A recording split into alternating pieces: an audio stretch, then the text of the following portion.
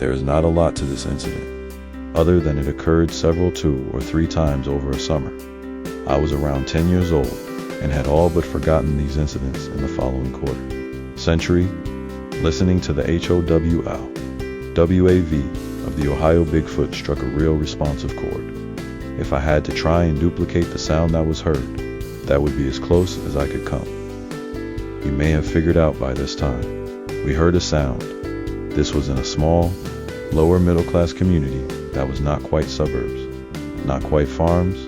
Most houses sat on plots of land that were an acre or more, though there were clusters of them that were spaced more like a regular neighborhood over that particular summer.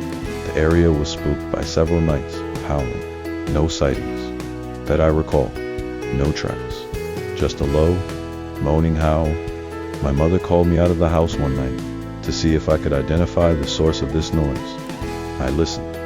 It was fairly far off and difficult to hear, and, of course, every dog in the area was putting their 2 cents in, and there were a lot of dogs, but it was like nothing I had ever heard before or since. As I said, the Ohio recording comes very close. Other than there was maybe more or a moaning quality to what we heard, the serenade went on for 5 or 6 minutes.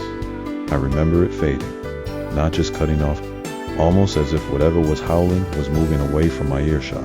I'll admit, I was 10 years old and it scared the hell out of me. My father worked nights and I was the man of the house when he was away, and I was frightened. The performance repeated a week or so later. This time, the howling was closer. A neighbor said he pinpointed the source as coming from the flood wall at the end of our road. This was a large, mounded ridge that ran the length of the area and kept the Ohio River from flooding the farmland when it overflowed its banks. On the other side of the ridge was a very deep, fairly thickly wooded ditch area. A creek ran through the area that was maybe 12 feet across and 3 feet deep in places. Forgive my rambling. I am typing all this as it comes to me.